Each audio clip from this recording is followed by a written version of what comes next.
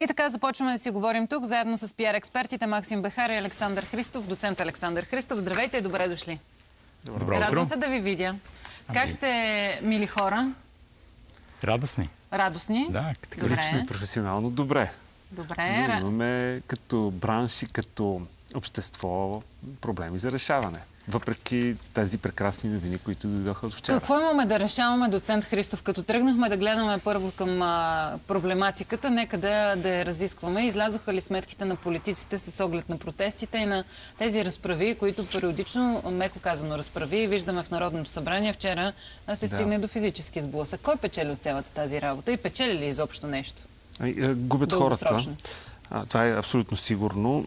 И всъщност, като подмине еуфорията, можем да си кажем, че всички тези прекрасни новини за еврото идват и се развиват и се появяват в една не особено благоприятна обществена ситуация. Виждаме ужасно много хора, които са недоволни от това и дори бих казал, че те носят своите опасения и виждаме нулеви усилия и нулеви дейности от страна на държавата да говори с тези хора, да ги убеди в това какво се случва, дори да е постфактум. Много дълго време говорихме за нуждата и може би сега ще продължаваме да го кажем, за нуждата от комуникационна кампания. Така или иначе тя почти не се случи. Тя е на някакъв абсолютен минимум, доколкото въобще може да съществува.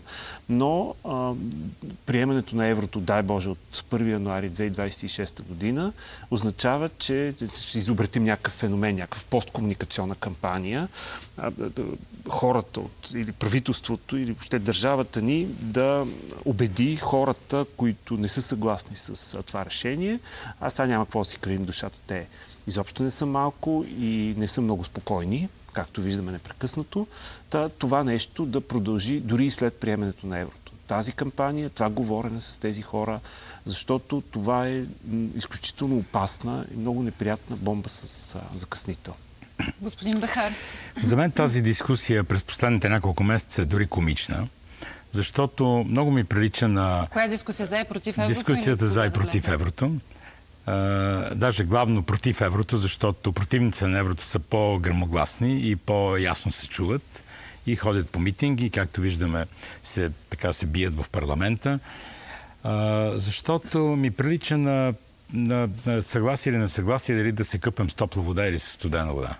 В момента, в който имаш топла вода, просто повече не искаш да помислиш за студена вода. Това е пример от много години.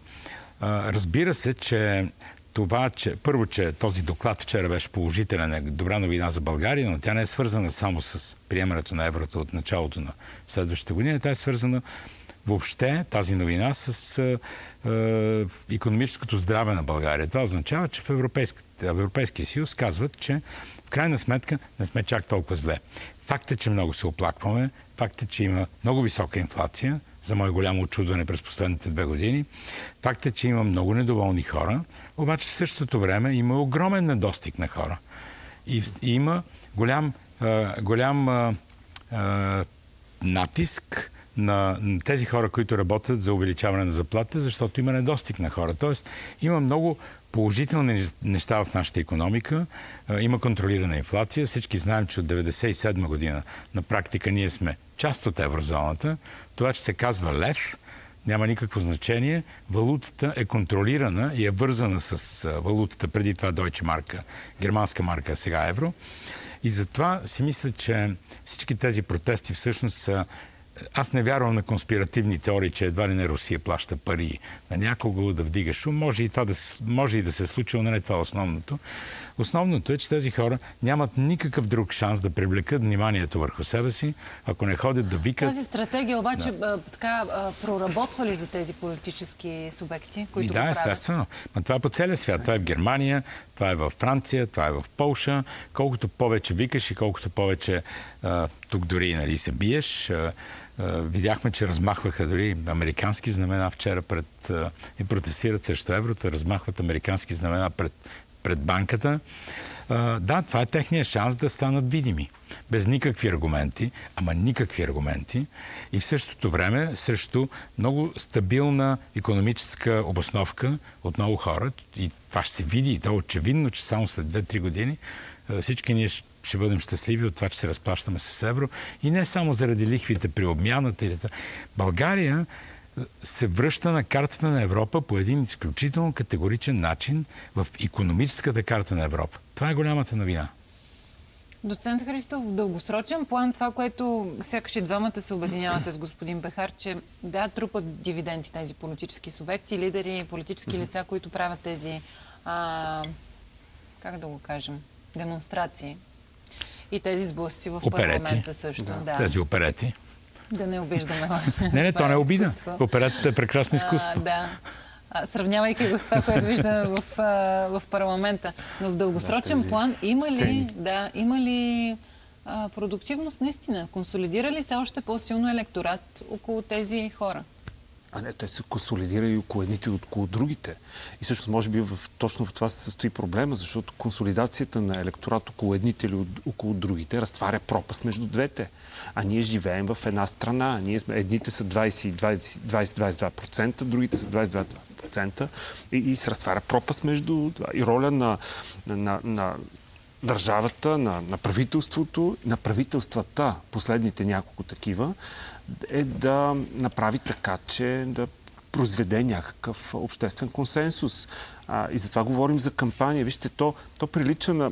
Си представим тинейджър, който е тръгнал на урок по математика, но по пъти изхарчил парите.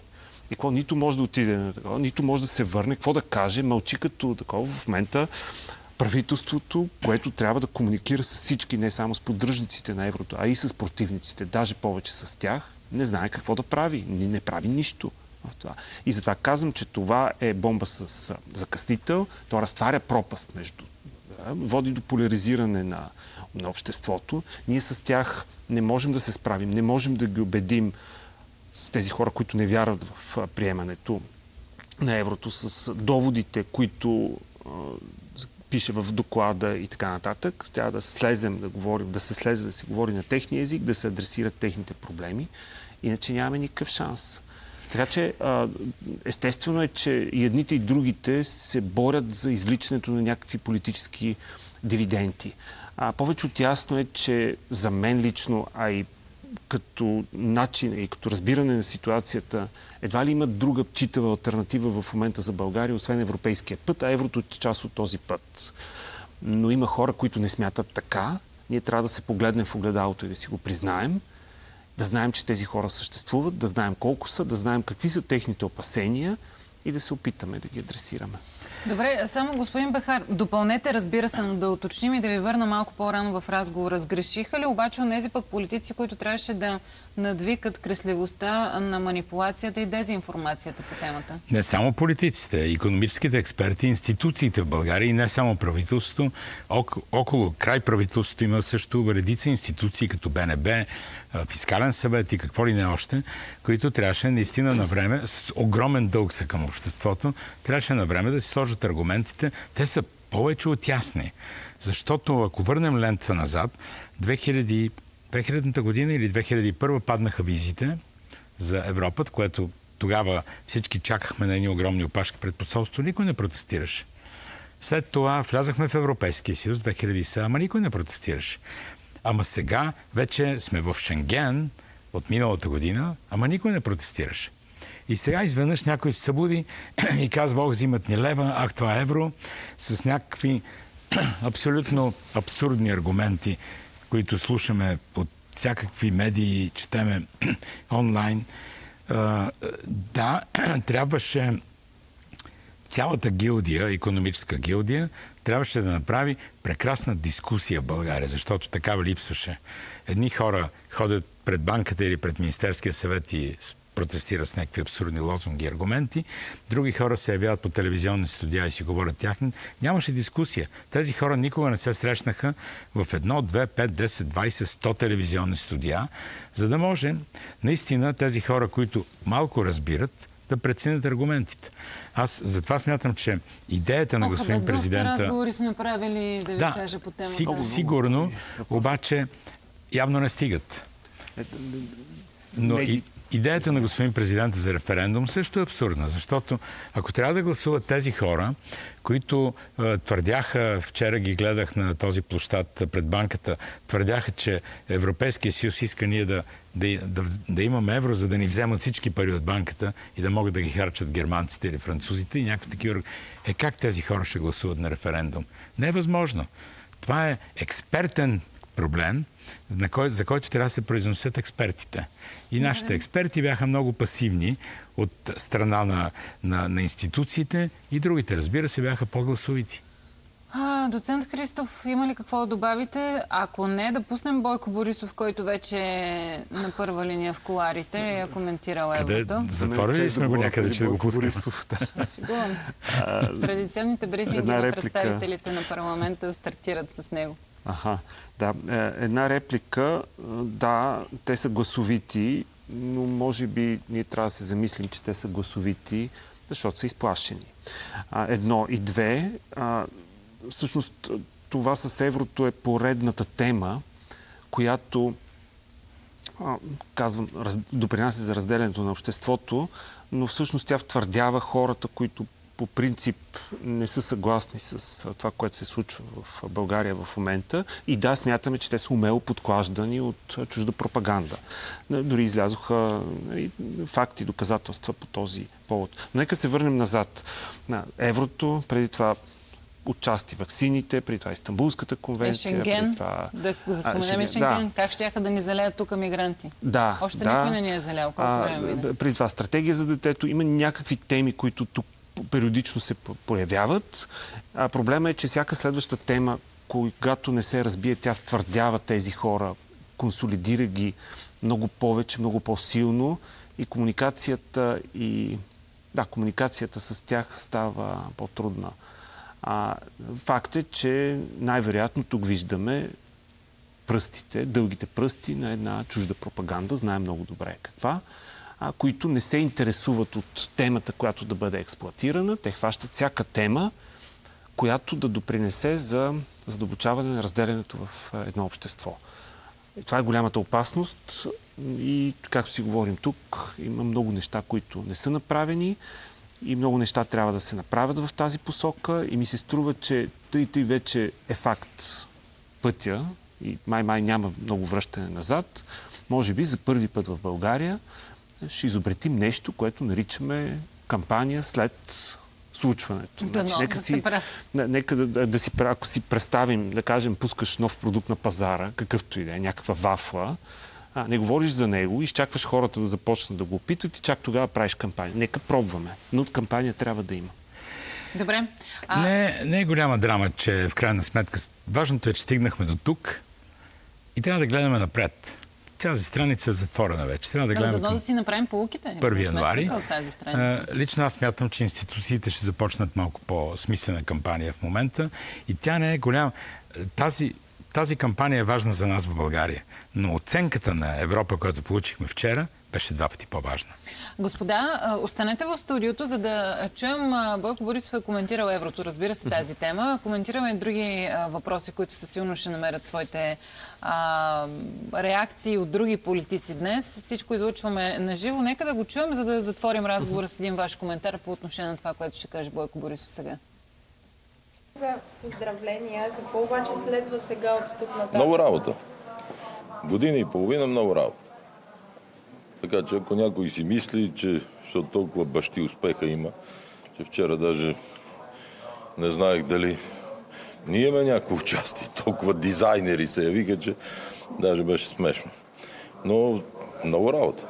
И трябва да продължим да убеждаваме партньорите в Европа, че сме дисциплинирана, стабилна, организирана държава, да надграждаме, за да можем всички ползи от еврозоната да бъдат използвани в следващата година. Важни ли са тогава заявки, като например ще взривим еврозоната отвътре? Цитирам Костадин Костадинов изказване от вчера. Вижте, аз не обръщам внимание вече на много изказвания. Станаха, някои дори са просташки в залата. Не ми харесва такъв тон. Така че ние, както и преди месеци ви казах, а вчера стана и факт, вървиме по темите си, вървиме по посоката си, евроатлантическата ни ориентация, подкрепата за Украйна, подкрепата за Европейската комисия и, разбира се, още веднъж благодаря и на Урсула фон дер Лайен, и на всички колеги, които вчера изпратиха този доклад.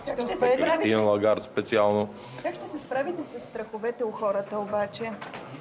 Първо трябва да вземем всички мерки, за да не се случат. От кои страхове? От кое? От скок на цените. Само ще им напомня.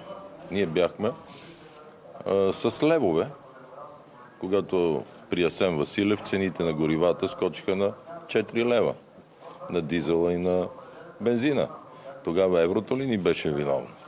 Сиреч, ако допуснем някой българин да се опита да направи такава спекула, трябва държавата адекватно да му стовари цялата строгост на закона. Ние бяхме в спекула, докато беше ПП, имаше спекула. Горивата, въпреки дерогацията на руския петрол, отиде на 4 лева. И момент. А всеки ден от Боташ губиме по 1,50 милиона лева. Това не е ли спекула? И така, няколко неща заяви лидера на ГЕРБ Бойко Борисов. Много дизайнери имал за еврозоната, чак и той се бил объркал и не знаел те дали имат участие. Очевидно всеки дърпа към себе си килимчето. По традиция така е. Той беше така и за Шенген и за какво ли още не. Ще ви помоля, господа, да коментираме този политически подход във всяко нещо, което се случва, като исторически в някакъв смисъл, ако щете, и момент в историята ни. Политиците започват да дърпат към себе си. Ние направихме това, ние благодарение на нас достигнахме до тази цел и така нататък. Чуваме го и сега. И критика отправи Борисов към Асен Василев за това 4 лева достигнали литър гориво цените по времето на Асен Василев. Само, че тук е хубаво, когато се споменават и започват да бъдат политически опоненти, на политиците да им се припомня, че са били партньори във властта и са се подкрепили взаимно. За Боташ, по същата логика, този договор, доколкото си спомням, аз беше добре посрещнат от Борисов в един момент. Сега обаче е определен като изключително неизгоден, меко казано. Между другото, чухме и фрапиращи неща в пленарната зала по време на изслушването. Това пък лети към президентството, към Румен Радев и неговия служебен кабинет. Но първо за дърпането на килимчето. Ако има икономист в България, много лесно, икономист, който може да смята, да събере 2 и 2, много лесно може да види, че през последните 2 години инфлацията в България била много по-висока, даже би казал 3 години, отколкото ще бъде през първите 3 месеца след въвеждането на еврото. И наистина тогава нямаше евро, България имаше висока инфлация. Ако се сравни инфлацията в България и в Хърватска, понеже темата Хърватска едва ли не на преден план, много често се споменава, ще се види, че инфлацията в България била по-висока, отколкото в Хърватска или Хърватия, или както се нарича сега. Ще види, че инфлацията в България е била много по-висока при наличието на местна валута в сравнение с Хърватия, които имат евро. И това са елементарни факти, които не бива да се пренебрегват. Не смятам, че след 1 януари... Плюс това каква инфлация или какъв страх от покачване на цени при положение, че в момента ние също оперираме с евро, само че плащаме с левове. Лева е вързан с валутата евро. Не трябва да има никакви страхове, точно обратното.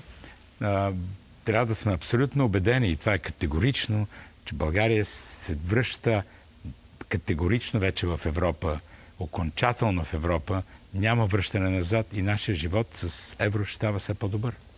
Доцент Христов? Предвид изказването и въпроса, уникална ситуация се намираме.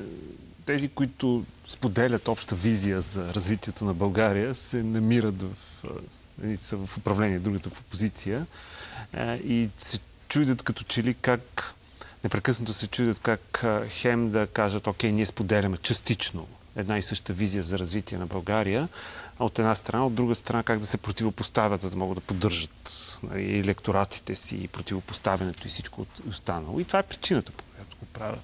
Да, това е страхотно, но ние сме причината за това.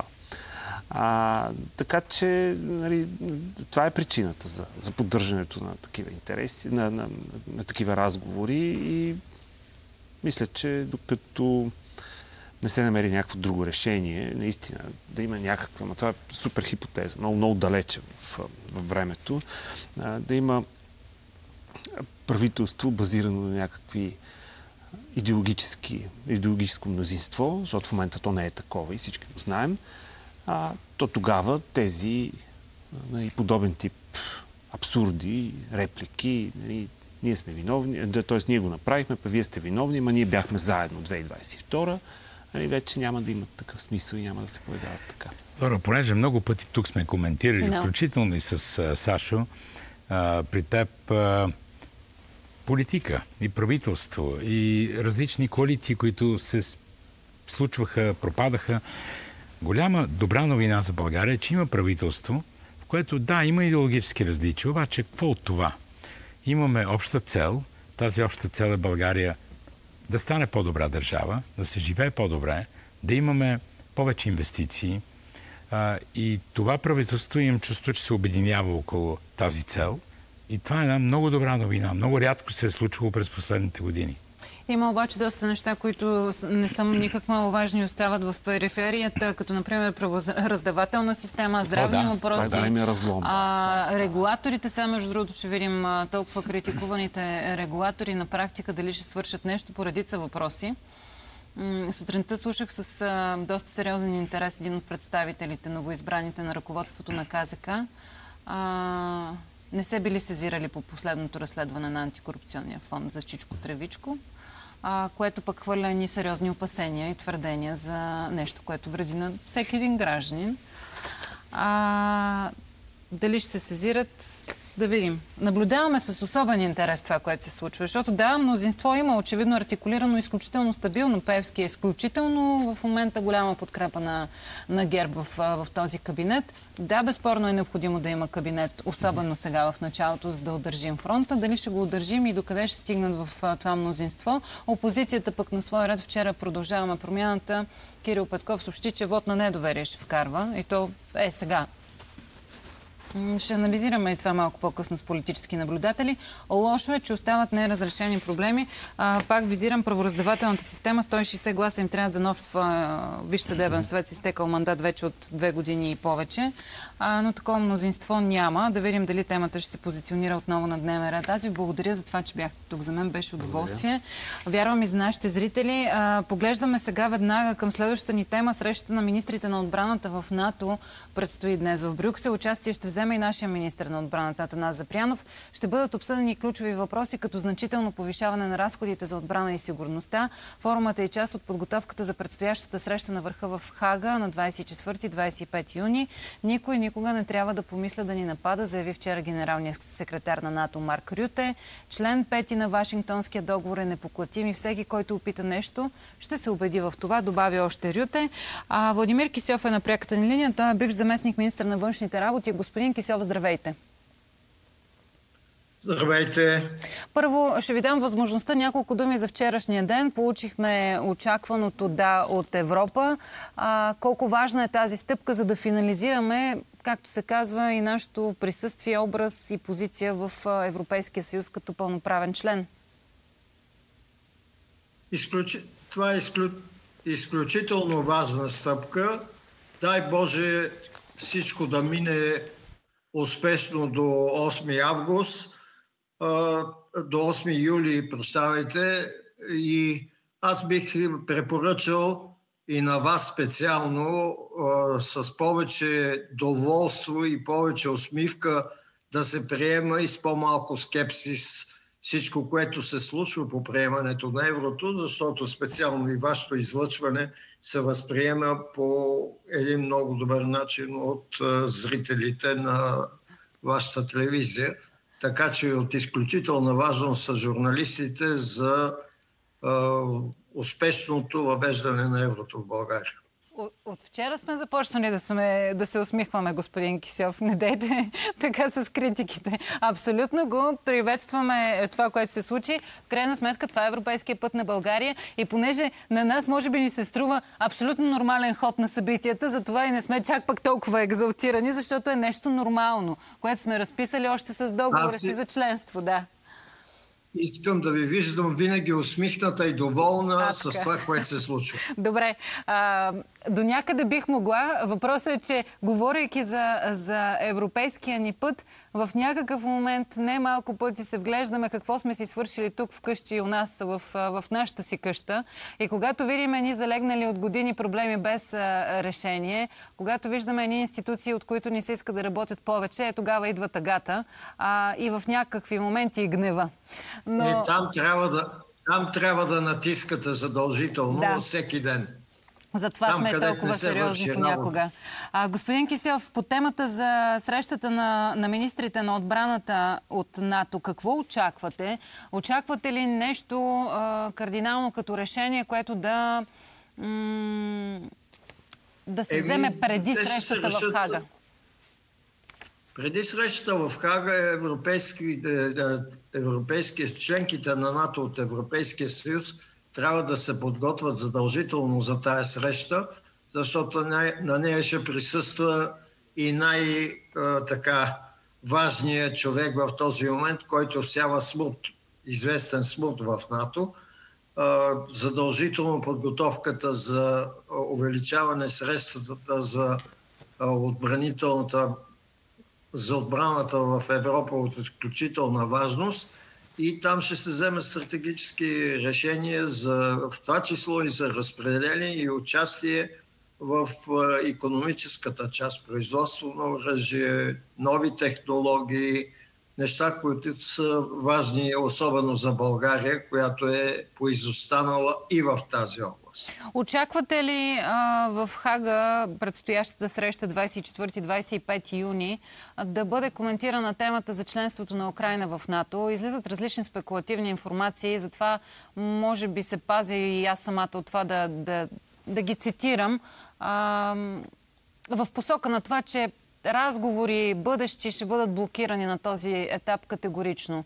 Допускате ли нещо подобно като развой на събитията? Каквото и да се прави, тази тема не може да бъде изхвърлена от всички срещи на НАТО.